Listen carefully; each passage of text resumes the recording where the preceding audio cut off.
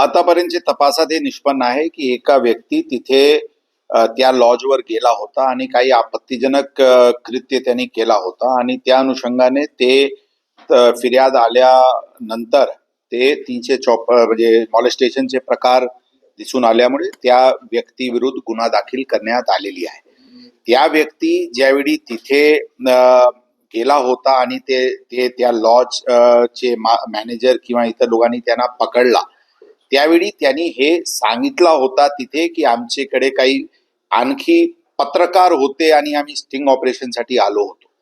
परंतु यामध्ये तपास अनुषंगाने जे काही सीसीटीव्ही आणि इतर सर्व टेक्निकल तपास करण्यात आलेली आहे, त्यामध्ये त्या परिसरात ते एकटाच होता आणि त्यांच्या सोबत कोणीही नव्हता अशा प्रकारचे तपासात स्पष्ट झालेली आहे. ते आरोपी सध्या फरार आहे.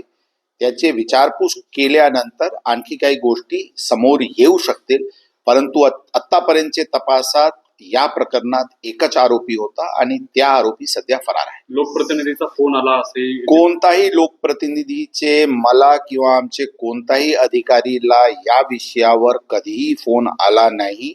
यामध्ये जे काही कारवाई करण्यात आलेली आहे ते फिर्याद अनुषंगाने आणि आवश्यक तपास, आवश्यक जे पुरावा टेक्निकल एव्हिडन्स प्राप्त झालेले आहेत त्या अनुषंगाने झालेले आहे. पूर्णपणे खोटी गोष्टी आहे की यामध्ये काही लोकप्रतिनिधी यांचे फोन पोलीस आयुक्त किंवा इतर अधिकारीला आला, यामध्ये काही तथ्य नाही आहे. रुपाली पाटलांचा एक अर्ज तुमच्याकडे आलेला, नेमका तो अर्ज काय आहे आणि त्या अर्जामध्ये त्यांनी काही इतर पत्रकारांचे नाव घेऊन हे काही साजिश आहे अशा प्रकारचे काही मुद्दे उल्लेख त्या पत्रामध्ये केलेली आहे. परंतु त्या पत्रामध्ये जे काही माहिती त्यांनी दिलेली आहे त्याबद्दलची कोणत्याही प्रकारचे कोरोबरेटिव्ह एव्हिडन्स त्यांनी पोलिसांकडे दिलेली नाही आणि त्या जे मुद्दे उपस्थित केलेले आहेत त्या मुद्द्याचे पूर्ण आतापर्यंतच्या तपासात त्यामध्ये कोणत्याही प्रकारचे तथ्य दिसून आले नाही,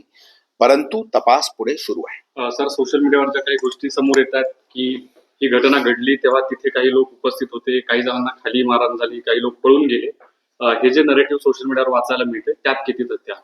मी सांगितले त्यामध्ये कोणत्याही प्रकारची तथ्य नाही. एकटाच व्यक्ती होता. ते खरी गोष्टी आहे की त्यांना पकडण्यात आला. तिथे काही लोकांनी त्यांना त्या स्पॉटवर काही मारहाण पण केली होती. त्या भौतिक अशा वाटते की त्याने बचावसाठी काही दुसरा नरेटिव्ह त्यांनी त्यावेळी सांगितले असावी, परंतु तपासामध्ये इतर कोणीही त्या प्रकरणात त्यावेळी तिथे यात किंवा त्या काळात तिथे उपस्थित होते यामध्ये कोणत्याही प्रकारचे तथ्य दिसून येत नाही. सर, एक शेवटचा प्रश्न की तुम्हाला या सगळ्या प्रकरणात आरोपीला वाचवण्याच्या साठी म्हणून काही लोकांनी फोन केले असं जे म्हटलं जाते, तर तसं काही आहे? मला कोणताही प्रकारची फोन आरोपीला वाचवण्यासाठी किंवा गुन्हा दाखल करू नये यासाठी आलेली नाही. आरोपी स्वतः काही फोन नक्कीच केला होता की आमचेवर अशा प्रकारचे फिर्याद आलेली आहे आणि त्यामध्ये तथ्य नाही, आपण तपासून कारवाई करा अशा प्रकारचे आग्रह केला होता. परंतु यामध्ये जे फिर्यादी आले होते, फिर्यादी बद्दलचे जे इनिशियल पडताळणी केल्यानंतर गुन्हा घडला असल्याचे निदर्शनास आल्यानंतर गुन्हा दाखल करण्यात आले. आपण सीसीटीव्ही चेक केले कुठल्या कुठल्या हॉटेल्समध्ये, म्हणजे त्या लॉजच्या त्या परिसराचे मागचे हे जे आरोपी आहे त्यांचे बॅक ट्रॅकिंग करून 2 तासाचे कालाचे म्हणजे घटना घडल्याची 2 तासापूर्वी पर्यंतची पूर्ण सीसीटीव्ही पडताळणी करण्यात आलेली आहे आणि त्या लॉजची पूर्ण रेकॉर्ड मागचे 1.5-2 वर्षाचे तपासण्यात आलेली आहे. ही आरोपी त्या लॉजमध्ये पूर्वी 3 वेळा आणखी गेले असल्याचे लॉजचे रजिस्टर वरून दिसून येते, परंतु इतर कोणत्याही गोष्टी समोर आलेली नाही.